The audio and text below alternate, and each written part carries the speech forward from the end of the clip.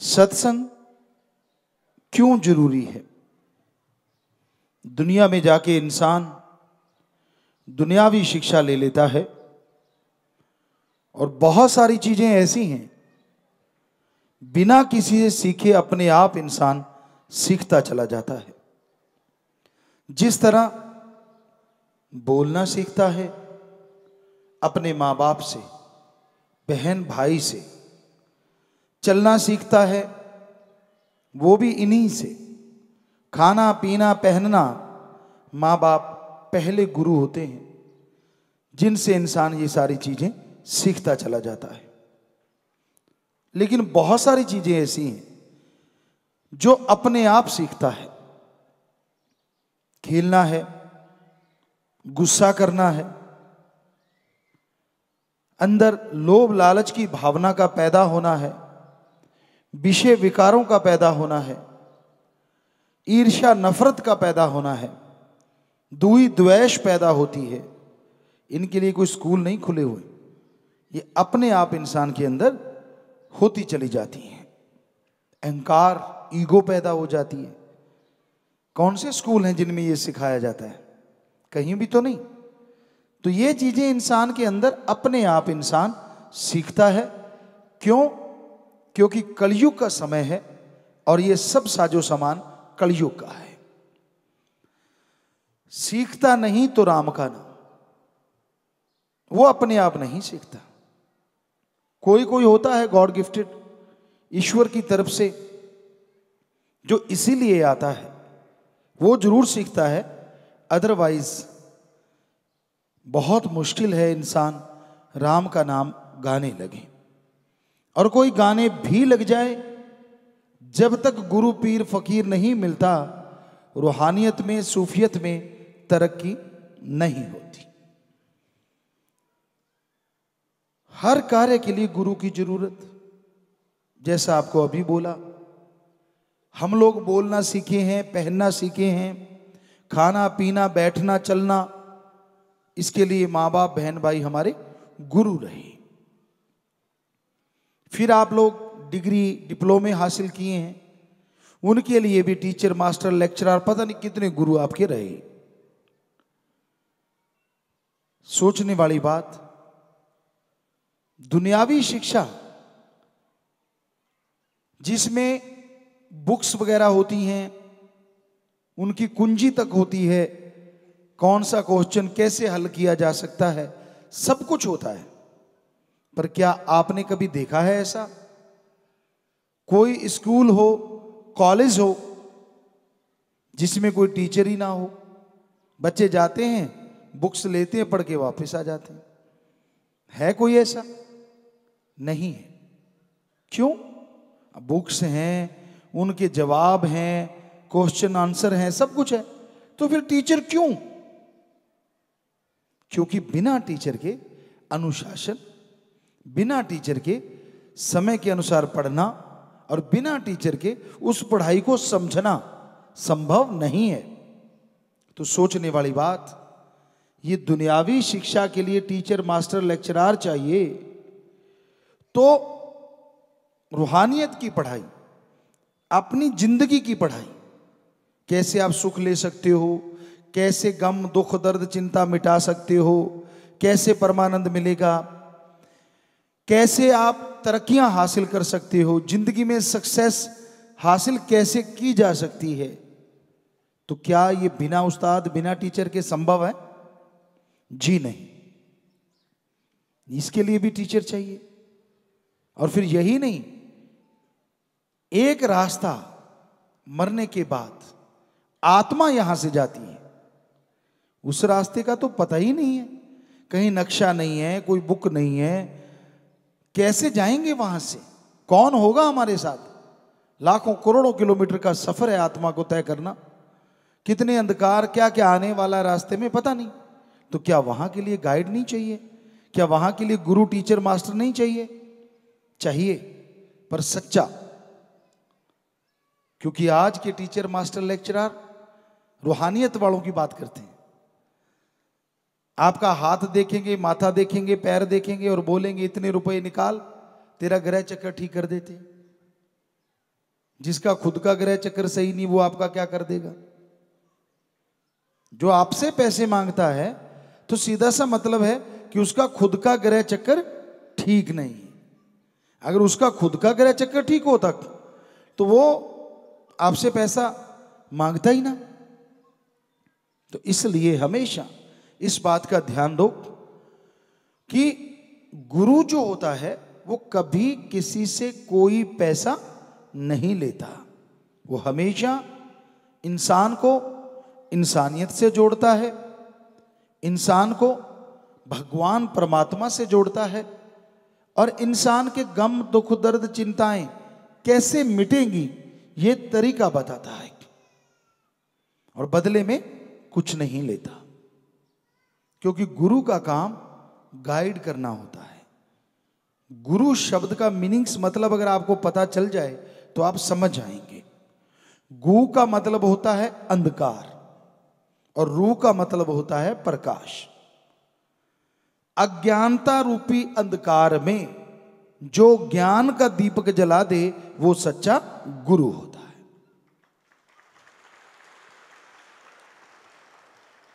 गुरु कभी किसी से कोई पैसा, कोई चढ़ावा, धर्म छुड़ाई, नोट बोट का चक्कर नहीं चलाता। उसका एक ही मकसद होता है, इंसान को परमानंद पूरा सुख कैसे मिले। कई बार होता है ना, आप अपनी कुछ बुरी आदतों से तंग होते हैं लेकिन किसी से आप साझी नहीं कर सकते क्योंकि शर्म आती है, यार क्यों बताऊं मैं कि मेरे में ये कमी है। पर आप दुखी खुद हैं कि यार छूटे कैसे ये आदत। तो गुरु होता है जो बिना आपसे पूछे आपको वो आदत छोड़ने का तरीका बता देता है, और बदले में कोई पैसा, कोई आपका पर्दा नहीं उठाता, किसी को नहीं बताता कि इसमें ये कमियां हैं, बस वो तरीका बता देता है। और ऐसे तरीके को कहा जाता है हिंदू धर्म में गुरु मंत्रा, नाम दीक्षा, सिख धर्म में शब्द नाम, इस्लाम धर्म में कलमा, और इंग्लिश फकीर the method of meditation, the gods words. तो वो शब्द होते हैं जिनका अभ्यास करने से जिनमें कमियां हैं वो कमियां निकलती चली जाती हैं, और जिनमें कमियां नहीं हैं वो और गुणवान बन जाते हैं और गुणों का घर हो जाते हैं। कई लोग कहते हैं जी हमें क्या जरूरत है। अगर आपकी डॉक्टरी रिपोर्ट की जाए तो आप बिल्कुल तंदुरुस्त हैं, ब्लड भी आपका सही है, बॉडीली आप फिट हैं, तो फिर रोज खाना खाने की आपको क्या जरूरत है, क्यों खाते हो? जब आप टोटली फिट हैं और डॉक्टर ने बोल दिया कि आप फिट हैं, कुछ भी जरूरत नहीं है, तो क्यों खाते हो? आप सीधा कहेंगे जी अब जीने के लिए तो खाना पड़ता है ना, कि बॉडी वैसी ही बनी रहे, तंदुरुस्ती रहे, उसके लिए खुराक तो जरूरी है। तो उसी तरह आप में सब कुछ है, बाल बच्चे, परिवार, सुख शांति, सब कुछ है आपके पास, लेकिन हमेशा के लिए रहेगा क्या, ये गारंटी है? कई बिल्कुल गरीब होते थे, बिल्कुल गरीब, आज अपने देश में नंबर 1 धनाड़ या नंबर 2 धनाड़ बने बैठे हैं। और कई धनाड़ होते थे, उनके घर उजड़ गए हैं, बर्बाद हो गए हैं, कोई उनका नाम नहीं लेता। तो ये नहीं आप कह सकते कि जो समय आज चल रहा है आने वाला वैसा ही होगा। समय में उतार चढ़ाव आते रहते हैं, तो समय एक सार रहे इसके लिए मेहनत करना और राम का नाम लेना अति जरूरी है। अल्लाह वाहिगुरु राम का नाम लेने में आपका टैक्स क्या लगता है? आप पैदल जा रहे हैं, बजाय इधर उधर देखने के देखते रहो, चलते रहो और जीभा से ख्यालों से रब का नाम लेते जाओ। बाथरूम सिंगर कहते हैं सारे होते हैं। जब नहाने जाते हो स्नान घर में, कई बच्चों को, मतलब मोस्टली लोग, ज्यादातर लोग गाते हैं क्योंकि किसी का डर ही नहीं होता, सुर हो चाहे बेसुर हो। अकेले हैं और अकेले कोई सुनाए जा रहे हैं, खुद कोई अच्छा लगे जा रहा है, यार बढ़िया गा रहा हूं मैं, तो इसे कहते हैं बाथरूम सिंगर। तो बजाय कुछ और गाने के क्यों ना राम का नाम गा लो। उस टाइम नहा भी लोगे और नहाने का नहाना हो गया और आपकी जिंदगी का मसले हल होते चले जाएंगे, खुशियों से झोलियां भरती चली जाएंगी। एक कहावत है हमारे धर्मों की, जैसा खाओ अन्न वैसा होए मन। क्योंकि हम नॉन मेडिकल पढ़े हैं, साइंस को भी मानते हैं, तो हमने ये देखा साइंस भी अब मानने लगी कि खाते समय आप टेलीविजन पे लड़ाई झगड़ा या कुछ ऐसी चीजें देखते हैं, सारा दिन में कहीं ना कहीं वो चीजें आपके अंदर आएंगी। ये साइंस भी मान चुकी है और धर्म तो हजारों साल पहले बता चुके हैं। तो माता बहनों, जब आप खाना बनाते हो तो जीभा से तो कुछ नहीं करते ना, खाली होती है, फ्री। खाना बनाते रहो, आटा गूंद लिया है, आप तवे पे रोटी डाल रहे हो तो जीभा से राम का नाम जपते रहो। पर होता कई बार उल्टा है, सास बहू की लड़ाई हो गई, बहू खाना बना रही है, गालियां दे रही है, मर जाए तू, तेरे ऐसे हो जाए, तेरे फलां हो जाए, तेरे घर वालों को ये हो जाए, तेरे भाइयों को ये हो जाए। अब आप गालियां देते देते खाना बना रहे हो, जो खाएगा वो फूल थोड़े ना बरसाएगा, खाते ही वो शुरू हो जाएगा, तेरे मर जाए, तेरे ये हो जाए, तेरे वो हो जाए, हो गए घर में झगड़े। तो ये वजह है कि खाना बनाते टाइम कभी भी गाली गलौच, कभी गलत चीजें नहीं बोलनी चाहिए। राम का नाम जपो और फिर देखो रिजल्ट, आपके बच्चे, आपके परिवार में एक अलग सी लहर चलेगी सुख शांति की, घर में बरकतें आने लगेगी, घर में खुशियां आने लगेगी। आपने अलग से टाइम भी नहीं दिया, कुछ अलग नहीं किया आपने, बस खाना बना रहे हो और साथ में राम का नाम जपे जा रहे हो। ऐसे भाई लोग हैं, आप खेती बाड़ी करते हैं, बस में सफर करते हैं, या स्कूल जा रहे हैं, कॉलेज जा रहे हैं, वो टाइम तो खाली है ना।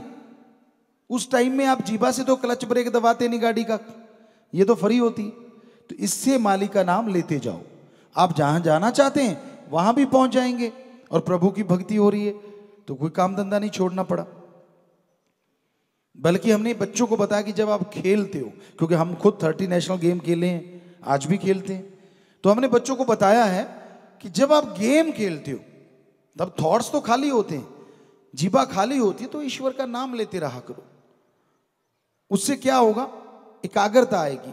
जैसे आप फरी खड़े हैं, बॉल किसी दूसरे बच्चे के पास है, तो थोड़ा सा ईश्वर का नाम, और बच्चों ने वो करके देखा और ऐसा भी हुआ कि टॉपर टीम, जैसे बास्केटबॉल की एक घटना हमें याद आती, बच्चों ने बताया कि उनके 2 प्लेयर, लड़कियों ने, कि 2 के 3 प्लेयर बाहर निकाल दिए गए और बाकी कम प्लेयर रह गए, उधर पूरी टीम थी। हैरानीजनक बात ये थी, वो गोल करने आते थे या स्कोर करने आते थे, उनसे स्कोर नहीं हो रहा था, और ये कम होते हुए भी स्कोर पे स्कोर किए जा रहे थे। क्यों? क्योंकि जो बाहर बैठे थे वो लगातार राम का नाम जप रहे थे, एक्स्ट्रा प्लेयर, और जो बीच में खाली होते थे वो भी अंदर अंदर राम का नाम, भगवान अच्छा करना, भगवान अच्छा करना, और बस लगे हुए थे, और वो जीत गए। तो ऐसा हमने बहुत बार देखा, ये रिजल्ट आता है। और कहीं भी आप कोई भी अच्छे कर्म के लिए जाते हैं तो रब का नाम लेते जाओ। हमें लगता है अगर एडवांस में लेते रहो, रोजाना आदत बना लो। कई बार बच्चे हमसे पूछते हैं, गुरुजी आप 30 नेशनल गेम खेलते थे, नॉन मेडिकल भी आपने पढ़ी है, ये कैसे हो सकता है कि एक बंदा 30 गेम भी खेले और नॉन मेडिकल भी अच्छे नंबर आए, ये कैसे पॉसिबल है? तो हम यही बताया करते थे कि हम रेगुलर पढ़ा करते थे, सुबह 4 से 6, ये पक्का था, हमारा असूल था कि ये पढ़ाई को देना ही देना है, बाकी घंटे खेलना कोई मतलब नहीं, या होमवर्क स्कूल में करते थे। और कभी जब कई बार ऐसा भी होता था, हमारे 9th के एक बार पेपर थे, तो नॉन मेडिकल में मैथ को बहुत मुश्किल माना जाता है, फिजिक्स केमिस्ट्री को भी, लेकिन मैथमेटिक्स को लोग कई बार बहुत मुश्किल मानते हैं। तो हम लोग वो पेपर भी देते थे, तो हम खेलने को, हम शॉर्ट पुट फेंक रहे होते थे पेपर देने के बाद, और सबकी गिबदी होती थी, यार क्या होगा कल बड़ा पेपर। हमने कहा हमारी तो तैयारी है, वो तो शुरू से की हुई है, आज कोई नई थोड़े ना। लेकिन आम तौर पे क्या करते हैं बच्चे, सारा साल गुल्ली डंडा, जैसे गाँव में कहते, खेलते रहते हैं। और जो खिलाड़ी हैं वो तो फिर कहते हैं ना, मैं तो यार खिलाड़ी हूँ, मैं हाथ क्यों लगाऊं। और जब पेपर नजदीक आते तब बुक उठाते हैं, उससे झाड़ते हैं, उसमें धूल पड़ी होती, तब फिर रट्टा पीर शुरू हो जाते हैं, पूरे जोर से चलता काम, और पल्ले कुछ भी नहीं पड़ता, याद कुछ होता नहीं, तो घबराहट होती है। तो कहने का मतलब ऐसे ही राम का नाम 15 मिनट सुबह शाम अगर आप करते रहो तो परेशानियां आएंगी नहीं, और घबराहट किस बात की। मुश्किलें पहले ही कटती जाएंगी आने से पहले। लेकिन जब मुश्किल आ जाती है तब आप याद करने लगते हैं, तो कई बार मुश्किल में राम का नाम नहीं लिया जाता, मुश्किलें आ जाती हैं। उस समय विचार, उस समय थॉट्स कहीं और घूमते रहते हैं, और उन विचारों की वजह से आप परेशान रहते हैं, आप दुखी रहते हैं। तो इसलिए यह जरूरी है कि आप जिस तरह रोजाना ब्रेकफास्ट लेते हैं, लंच लेते हैं, डिनर लेते हैं, सुबह शाम दोपहर का खाना आपने निश्चित किया हुआ है, समय निश्चित किया हुआ है कि इस समय पढ़ाई का है, पढ़ने जाएंगे, स्कूल जाएंगे, कॉलेज जाएंगे, या खेती बाड़ी के लिए जाएंगे, या दुकानदारी के लिए, या बिजनेस के लिए, सब टाइम फिक्स है। बस हाथ जोड़ के आपसे गुजारिश, सिर्फ 15 मिनट रब के लिए भी फिक्स कर दो कि हाँ भाई यार 15 मिनट तो लगाने ही लगाने। तो यकीन मानो आपकी जिंदगी में खुशियों की बहार आ जाएगी। पर हर जगह आप टाइम देने को तैयार हो जाते हैं, हर जगह समय लगाने को तैयार हो जाते हैं। समय नहीं देना चाहते तो ईश्वर के नाम के लिए, प्रभु के नाम के लिए, तो इसलिए मालिक का नाम जपना जरूरी माना गया। और मालिक के नाम के बिना इंसान के अंदर का आत्मबल नहीं जागता। साइंस को हमने पढ़ा और साइंस कहती है विल पावर, विल पावर बहुत जरूरी है। जिनके अंदर विल पावर, आत्मबल होता है, वो हारी बाजी जीत जाया करते हैं। और जिनका विल पावर खत्म हो जाता है वो जीती बाजी हार जाते हैं। हम आपको लाखों उदाहरण दे सकते हैं। कैंसर के मरीज कोई अपने बहुत ज्यादा हैं, भारत में भी, पूरे वर्ल्ड में है। हमने देखा चौथे स्टेज का कैंसर, डॉक्टरों ने जवाब दे दिया, लेकिन उन बंदों ने हिम्मत नहीं हारी कि हो ही नहीं सकता कि कैंसर हमारा कुछ बिगाड़ दे, और रब का नाम लेने लगे। हमारे पास है, हमने कहा भाई हमारे पास कोई जादू टोना नहीं है, हमारे पास तो परमात्मा राम का नाम है, ले जाओ जाप करो। डॉक्टर जवाब दे सकते हैं लेकिन भगवान नहीं। और वो लगे रहे दिन रात राम का नाम जपने, और चौथे स्टेज के कैंसर को उन्होंने चुटकियों में हरा दिया। आज जिंदगी जी रहे हैं, ब्लड कैंसर तक को हरा दिया। उदाहरण है विद रिपोर्ट, सबूत जिसे कहते हैं ना, वो भी सारे हैं। तो ये कैसे पॉसिबल होता है? आत्मबल से। डॉक्टर मानते हैं, कोई भी डॉक्टर हो, कि मरीज के अंदर जीने की इच्छा है, तो कैप्सूल भी कई इंजेक्शनों से ज्यादा काम कर जाता है। और मरीज अगर सोच ले कि मैं तो मरूंगा ही, बड़े बड़े इंजेक्शन, बड़ी बड़ी बोतलें जिनमें बहुत सारे इंजेक्शन लगा दिए जाते हैं, वो भी असर करना बंद कर देती है। क्योंकि आदमी की बॉडी पहले से मान लेती है कि मैं नहीं रहता, मैं तो मरूंगा। इसलिए नेगेटिव मत सोचा करो। काम करने से पहले आप सोचते हो मैं तो फेल हो जाऊंगा, तो ये गलत है। एक कहावत है पंजाबी में, रोंदे जान ते मरियां दे स्नेहे लियान। जो पहले ही रो रहा है वो कहां से रंग लगा देगा? कई खेलने लगते थे, टांगे पहले कांपने लगती थी, हमने कहा तूने तो लगा दिया कुछ ना कुछ, चौके चक्के लगाए खड़ा है। क्योंकि वहीं पे टांगे कांप रही हैं, जाने से पहले सामने वाला ऐसा है, सामने वाला है, क्या है सामने वाला, वो भी बंदा है, तू भी बंदा है, चलने दे, होगा जो होगा वो मैदान में होगा। सो ये हर किसी के अंदर एक भावना होनी चाहिए, नेगेटिविटी, इसको खत्म कीजिए। कभी नेगेटिव ना सोचा करो। जरा जरा सी बात, ऐसे हो गया तो क्या होगा, फिर वैसे हो गया तो क्या होगा, क्या होगा? अरे आप डॉक्टरी कर रहे हो, डिग्री डिप्लोमे कर रहे हो, आपसे पहले कितने लोग कर गए, वो भी माँ के गर्भ से आए थे और आप भी माँ के गर्भ से आए। ये तो नहीं कि वो ऊपर से टपके थे जो फर्स्ट डिवीजन ले गए या मेरिट होल्डर हैं, तो आप क्यों नहीं ले सकते? सेम दिमाग आपके अंदर है जो उनके अंदर था, ये अलग बात है। आप उस दिमाग का प्रयोग कितना करते हो, बस यहीं आके फर्क पड़ता है। तो इसलिए ये सोचो कि पुर्जा तो सबका एक जैसा है, मैंने इससे ज्यादा काम लेना है, तो नेचुरली आप सफलता की सीढ़ियां चढ़ते जाएंगे। पर इससे ज्यादा काम तभी ले पाएंगे जब आपके अंदर आत्मबल होगा। और वो आत्मबल की दवाई पूरी दुनिया में घूम लो, बाहर कहीं नहीं मिलती। एलोपैथी, होम्योपैथी, आयुर्वेदा, नेचुरोपैथी, किसी पद्धति के पास जाओ, कहीं से ये दवाई आपको नहीं मिलती। क्यों? क्योंकि आत्म बल आप सबके अंदर भरा पड़ा है। जैसे सरसों, तिलों के दाने, मान लीजिए जितना भी निकलता है तेल, बादाम है, सबके अंदर तेल होता है। धरती में पानी, पर उसको निकालने की विधि होती है। धरती से पानी निकालना तो आप ज्यादातर लोग जानते हैं कि उसमें बोरिंग किया जाता है, पाइप डाली जाती है, मोटर लग जाती है, पानी है तो बाहर आ जाएगा। ऐसे अलग अलग विधियां होती। दूध से घी लेने की विधि है, दूध में घी होता है पर दिखता नहीं। उसी तरह आत्म बल हम सबके अंदर है पर दिखता नहीं, और उसकी विधि है मेथड ऑफ मेडिटेशन, गुरु मंत्रा नाम दीक्षा। उसके द्वारा ही आप अपने अंदर से अपनी शक्ति को हासिल कर सकते हैं और बुलंदियों को छू सकते हैं। और कहीं बाहर से नहीं ला सकते आप ये ताकत। और उस ताकत को पाने के लिए कुछ परहेज होते हैं। जैसे नशा नहीं करना,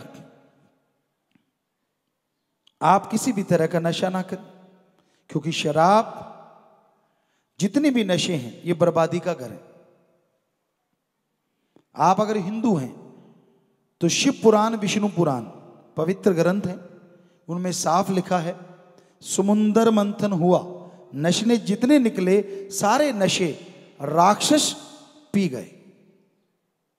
हे हिंदू धर्म के लोगों, अगर नशा करोगे तो घर भी और शरीर भी राक्षस प्रवृत्ति का बन जाएगा। मतलब लड़ाई झगड़े होंगे, नफरतें होंगी, दो भाई हैं, दोनों का मुंह इधर इधर, बिना वजह परेशानियां, बिना वजह दुख, अंदर बेचैनी, बीमारियां, नेगेटिविटी, हर समय ये छाई रहेगी।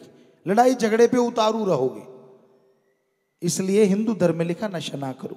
सिख धर्म पवित्र गुरबाणी में भी साफ लिखा है, पोस्त भंग अफीम मद नशा उतर जाए प्रभात, नाम खुमारी नानका चढ़ी रहे दिन रात। पोस्त, भांग, अफीम, शराब शाम को पियो सुबह उतर जाता है, और सुबह पियो शाम को उतर जाता है। अरे नशा करना है तो रब के नाम का, राम के नाम का करो। एक बार चढ़ गया तो अंदर सुरूर होगा, चेहरे पे नूर होगा, आज नहीं तो कल जरूर होगा। तो ये सिख धर्म में गुरु साहबानों ने फरमाया। इस्लाम धर्म क्या कहता है? शर प्लस आप। शर माने शैतान और आब माने पानी। अल्लाह की इबादत करने वालों, शराब शैतान का पानी है, नशा खाना है। अगर खाओ पियोगे तो की गई इबादत खाक में मिल जाएगी, दोजख में जलोगे। ईसाई धर्म क्या कहता है? राम का यानी गॉड्स प्रेयर करो, यही नशा अच्छा है। वो नशा ना करो जो गॉड से दूर करे। तो हिंदू, मुस्लिम, सिख, ईसाई हर धर्म का नशा ना करो। अब आप अपने बारे में सोचो, आप कौन हो? सरनेम तो कोई ना कोई होगा, नाम भी जरूर होगा। तो बताओ कि आप हिंदू हैं, मुस्लिम, सिख, ईसाई? कोई तो होंगे। इन चारों में पक्का कोई ना कोई आप हैं। और चारों धर्म कहते हैं नशा नहीं करना चाहिए। अगर आपके नाम के साथ ये पता चलता है कि आप हिंदू, मुस्लिम, सिख, ईसाई हैं और ठेके पे खड़े हैं, तो आपको लानत आनी चाहिए। जिसके आप नुमाइंदे हो, जिस धर्म की पैरवाई कर रहे हो, वो धर्म कह रहा है कि ना करो, और आप कहते नहीं जी मैं तो फलां धर्म का हूं। फलां का है तो फिर ये काम क्यों कर रहा है? लोग क्या कहेंगे आपको? यार इसका धर्म तो कहता नहीं करना चाहिए, मांस अंडा नहीं खाना चाहिए। किसी भी धर्म में नहीं लिखा मांस खाना जरूरी है। कई बार नौजवानों में ना ये भ्रांति होती, यार मांस नहीं खाएंगे ताकत कहां से आएगी? तो आपके हिसाब से हाथी तो बेचारा कमजोर रह जाता, क्योंकि वो तो मांस नहीं खाता।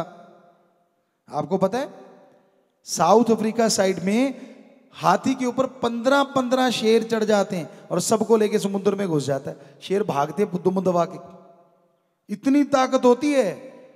अरे हाथी की छोड़िए, झूठा साउथ अफ्रीका में 4-5 शेर से तो झोटा काबू नहीं आता। 7-8 मिलके किसी झोटे को मार पाते हैं। और शेर खाते हैं मांस और झोटा खाता है प्योर वेजिटेरियन। तो फिर आप कैसे कह सकते हैं कि मांस में ताकत होती है? बताइए, आपको बताएं। मांस, अंडे में जो प्रोटीन होता है जिससे ये मसल बनते हैं, पावर आती है बॉडी में, प्रोटीन जो होता है अंडे में होता है 13 से 15%, चिकन मीट में होता है 22 से 24%। चने की दाल, मूंग की दाल, अरहर, कहते ना मूंग की दाल खाने वाला, क्यों खाते हैं लोग? सुनिए, चने की दाल, मूंग की दाल, अरहर, राजमा, मूंगफली, इनमें प्रोटीन होता है 22 से 30%, अंडे से सीधे ही डबल। और ज्यादा ताकत के लिए खाना है तो दूध से निकला प्रोटीन, सोयाबीन से निकला प्रोटीन, दूध वाला तो 90% आ गया, यानी अंडे से 6-7 गुना ज्यादा और मांस से 4-5 गुना ज्यादा। तो इससे ये मसल बनते, ताकत आती। तो ताकत के लिए खाना तो वो खा लो। कई बार होता है ना लस्सी, कहते यार लस्सी में क्या होता है? आप पढ़े लिखे बच्चे बैठे हो, आपकी जानकारी के लिए बताना चाहते हैं। आप में से जो भी प्लेयर हैं वो जरूर जानते होंगे, वे प्रोटीन, प्रोटीन आता है, एक पाउडर होता है जो बाजार में मिलता है। सबसे बढ़िया प्रोटीन जिससे ये मसल बनते हैं लस्सी में होता है। पंजाबी जी कहते हैं ना छिड्डियां, और रिड़कने वाली लस्सी में जो छिड्डियां होती हैं, असल में वो प्रोटीन से ही भरी होती हैं, इतनी ताकत होती है उनमें। और आप उठा के लस्सी दा की पीना है। राजस्थान में लोग लस्सी पीते थे, हमारे टाइम में हमने देखा, हम भी बहुत पीते थे। और वहां आरएमपी डॉक्टर भी नहीं होता था, आरएमपी डॉक्टर भी नहीं होता था। गेहूं कम होती थी, जौ की रोटी खाते थे या फिर चने की रोटी खाते थे, इस टाइप की रोटियां वहां खाई जाती थी। और मेनली होता था दूध, घी और या छाछ। तो इससे ये ताकत आती है। और जिसको आप, क्योंकि घर की मुर्गी दाल बराबर है, वो तो आपको घर में मिल जाती है, कहते हैं ये कोई चीज थोड़ी ना है। अरे भाई, जिसमें ताकत है वही चीज है, चाहे घर में मिले चाहे बाहर से मिले। तो इसलिए जो सही तरह से आप खाना है उसको आप खाएं। और ये मांस, अंडा बिल्कुल ही गलत है। कई कहते गुरुजी एक अंडे आए हैं, वो उनमें बच्चा तो निकलता नहीं, पर आपको नहीं पता वो अंडे भी उसी टाइप से बनाए जाते हैं। तो वो भी गलत चीज है, कहीं आप सोचो कि नहीं वो सही चीज नहीं। और यहां तक मीट की बात है, आदमी अगर कच्चे फ्रूट खाता है तो वो 4 से 6 घंटे में डाइजेस्ट, हजम हो जाते हैं। उबाल के खाते हो तो 6 से 8 घंटा ज्यादा से ज्यादा, तड़ के खाते हो तो 8 से 12 घंटा सब्जियां। लेकिन मीट जो कोई खाता है 32 से 42 घंटे लगते हैं हजम होने में। उतनी देर आंतड़ियों में पड़ा रहता है, उतनी देर वो हजम ही नहीं होता, और उससे बैक्टीरिया, वायरस निकलते हैं जो कैंसर का कारण बन सकते हैं, बहुत सारी बीमारियों का कारण बनते हैं। तो इसलिए साइंस भी अब कहने लगी है वी आर प्योर वेजिटेरियन, हम शुद्ध शाकाहारी हैं। बहुत सारी बाहरी निशानियां हैं, वैसे तो सारा शरीर ही शाकाहारी जीवों से मिलता है। मांसाहारी जो होते हैं ना, उनके दोनों जबड़े हिलते हैं, आप हिला के देखो एक ही हिलता है, एक तो फिक्स है। तो ये शाकाहारी जीवों की निशानी है। उनके नाखून जो होते हैं मुड़ के और बड़े स्ट्रांग होते हैं मांस को फाड़ने के लिए, और आपके अगर मांस फाड़ोगे तो नाखून ही निकल जाएंगे। और सामने दिखने वाली चीजें यही कि उनके दांत चीर फाड़ के लिए होते हैं, हमारे चबाने के लिए ज्यादा होते हैं।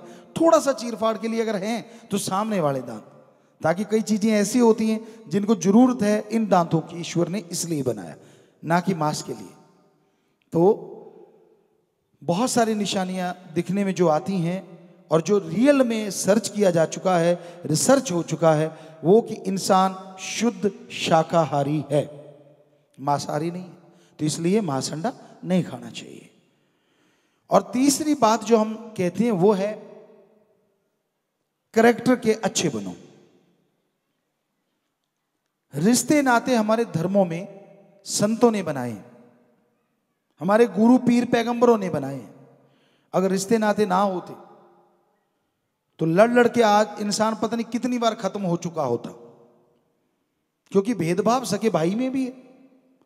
जब हाथ के ऐसे लगा दो सके भाई, उनकी निशान नहीं मिलते तो विचार कहां मिलेंगे? सबके 100% विचार नहीं मिलते, कुछ ना कुछ विचार अलग अलग जरूर होते हैं। वो इसलिए चुप हो जाते, चल यार बड़ा भाई है, चल यार मेरी माँ है, चल यार मेरा बाप है। अगर ये रिश्ते ना होते तो क्या होता? तो फिर ले तेरे की दे तेरे की, सारे खत्म हो जाते। तो ये रिश्ते नाते अच्छे के लिए बनाए गए और इनकी पालना करनी बेहद जरूरी है। अच्छे के लिए इसलिए भी कि बीमारियां ना फैलें।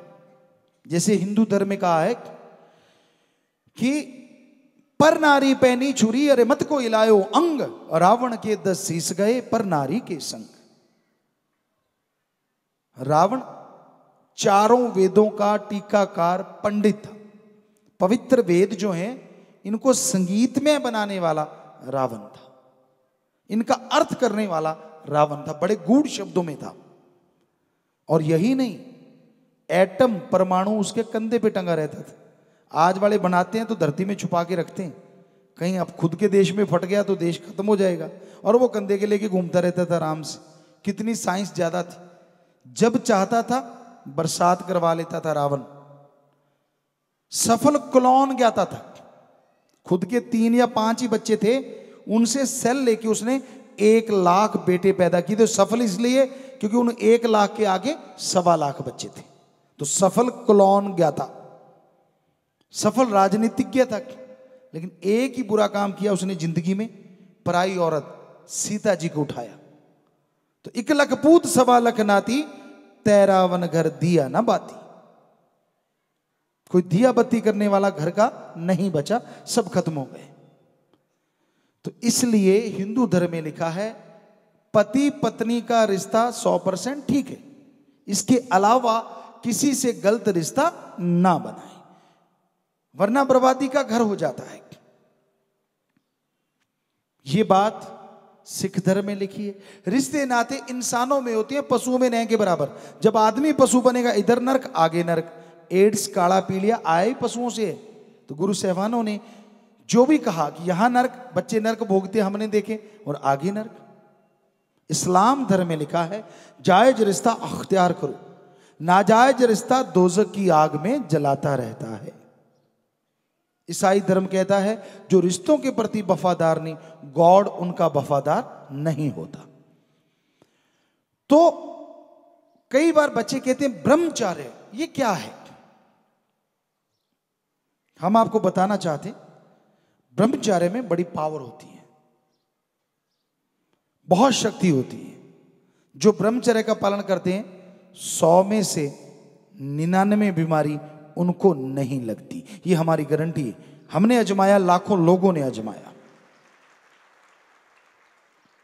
और यही नहीं बल्कि शादी जब उसकी होती है और उसके बच्चा जो होता है 99.9% तंदुरुस्त होता है, विकलांग या मंदबुद्धि नहीं होता, यह भी गारंटी है।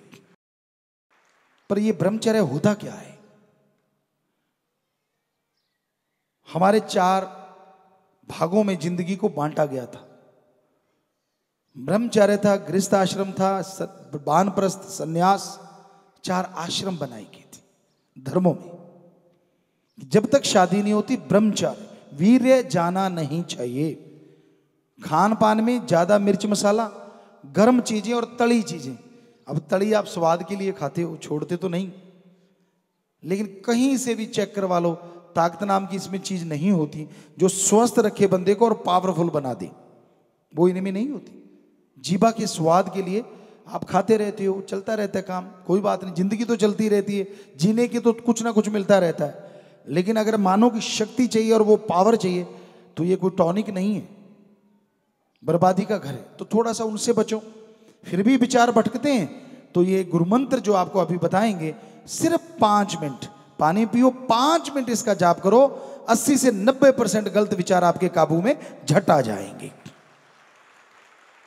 तो इस तरह आप ब्रह्मचर्य का पालन भी कर सकते हैं और बीमारियों से भी बच सकते हैं। पर ये संभव ऐसे ही है, अदरवाइज ऐसा संभव नहीं है, बहुत मुश्किल है। तो ये तरीका जो है जो आपको बताएंगे वो ऐसा ही है। और इस गुरुमंत्र को अगर आप प्राणायाम के साथ लेते हैं, जितने भी भाई बहन बुजुर्ग बच्चे बैठे हो, गुरुमंत्र लिया है या लेना है, इस गुरुमंत्र को प्राणायाम, ध्यान प्लस योगा, ध्यान है पौधे की जड़, और योगा है पत्तियां काटना छांटना। जैसे कोई पत्ती सूख गई, टहनी सूख गई, उसको काटना छांटना। तो ध्यान प्लस योगा। तो इससे क्या होता है कि आप, शक्ति तो आपको हासिल होती होती है और उससे शरीर भी तंदुरुस्त होता चला जाता है। यानी आत्मा और शरीर दोनों एक तरफ बढ़ने लगते हैं। यानी श्वास को अंदर खींचना होता है, नाक से खींचो तो सर्वश्रेष्ठ है, पर थोड़ा श्वास अगर मुंह से चला गया तो कोई आफत नहीं आने वाली, क्योंकि मुंह वाला रास्ता भी भगवान ने बनाया, हमने तो बनाया नहीं। वैसे बढ़िया होता है नाक से खींचो, श्वास अंदर भर लो, अंदर भर के रोक लो और राम का नाम लेते रहो, और फिर छोड़ते जाओ। और बिना श्वास के रुकना है, बिना प्राणवायु के 2 सेकंड 5 सेकंड, यानी श्वास लेना नहीं। ये श्वास नहीं लेना आपकी बॉडी को पावरफुल बनाता है, क्योंकि आपकी जो आत्मा है वो जिंदगी जीने के लिए तड़पती है, और क्योंकि श्वास नहीं ले रहे आप, तो उससे आपके मसल, आपकी बॉडी पावरफुल हो जाती है, मजबूत हो जाती है। बहुत प्लेयरों को हमने बताया और आज देश का नाम रोशन कर रहे हैं। बहुत सारे प्लेयर हैं, 1-2 की गिनती नहीं कह सकते हम, पर काफी को बहुत मशहूर हो गए हैं। थ्रो बॉल के प्लेयर हैं जो वर्ल्ड कप जीत के लाई इंडिया के लिए लड़कियां, योगा वर्ल्ड कप 5 बार जीत लाई, रोलर स्केटिंग की एशिया चैंपियनशिप 5 बार जीत लाई। तो कहने का मतलब इससे बॉडी पावरफुल होती है, शक्तिशाली होती है। तो ऐसा आप कर सकते हैं। तो गुरुमंत्र का जाप तेजी से भी किया जा सकता है, जितना स्पीड से आप करेंगे, एक श्वास में जितना ज्यादा आप कर लें, लेकिन ध्यान शब्दों में नहीं, ईश्वर की तरफ होना चाहिए। उतनी की तेजी करो, कहीं तेजी के चक्कर में श्वास गड़बड़ हो जाए तो वो सही नहीं है। और ध्यान कभी टेंशन लेके राम का नाम ना जपो, मुझे ये मिलना चाहिए, मैं भक्ति कर रहा हूं, मुझे ये होना चाहिए।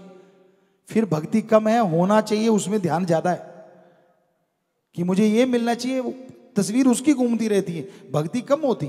भक्ति करो कि मैंने ईश्वर को पाना है, बस सोचा कि ईश्वर तेरी भक्ति कर रहा हूं, बस तुझे मेरे को पाना है। जब तेरे को लगे कि मेरी भक्ति पूर्ण हो गई, मुझे मिल लेना, जरूर मिलना, मैं अपनी तरफ से तेरी भक्ति करता रहूंगा, बस दैट्स ऑल। कोई टेंशन ना करो, कोई चिंता ना करो। चिंता से चिता जैसी फीलिंग आती, भगवान की नहीं। क्योंकि चिंता जो होती है, टेंशन जो होती है, वो जीते जी इंसान को जलाने वाली चिता होती है, जो बार बार जलाती रहती है। क्योंकि चिता तो एक बार में काम खत्म कर देती है, और चिंता आदमी को बार बार तड़पाती रहती है। इसलिए चिंता तो करो ही ना। कहते जी धक्के से आ जाती है, तो गुरु किस मर्ज का इलाज है? वो धक्के को रोकने के लिए तो राम का नाम है। धक्के से आने वाली चिंता खत्म हो जाएगी जब आप रेगुलर, अगर घंटा सुबह शाम, चलो नहीं आधा घंटा सुबह शाम, नहीं 15 मिनट सुबह शाम राम का नाम जपो, घंटा सुबह शाम जपो, तो 2 महीने में आपके सब चेंजेस आ जाएंगे, ये हम गारंटी दे सकते हैं। 2 महीने कहा है, अगर 2 घंटों का प्लस करें तो 5 दिन और रात ही बनते हैं। इतनी देर भी आप नहीं करना चाहते और रिजल्ट बड़े बड़े लेना चाहते हो, तो इसलिए आप कुछ सुमरण तो करो, भक्ति करो, रिजल्ट जरूर आएगा, ये पक्का गारंटी है। आप जो भी लेना चाहते हैं, गलत चीज तो नहीं मिलेगी।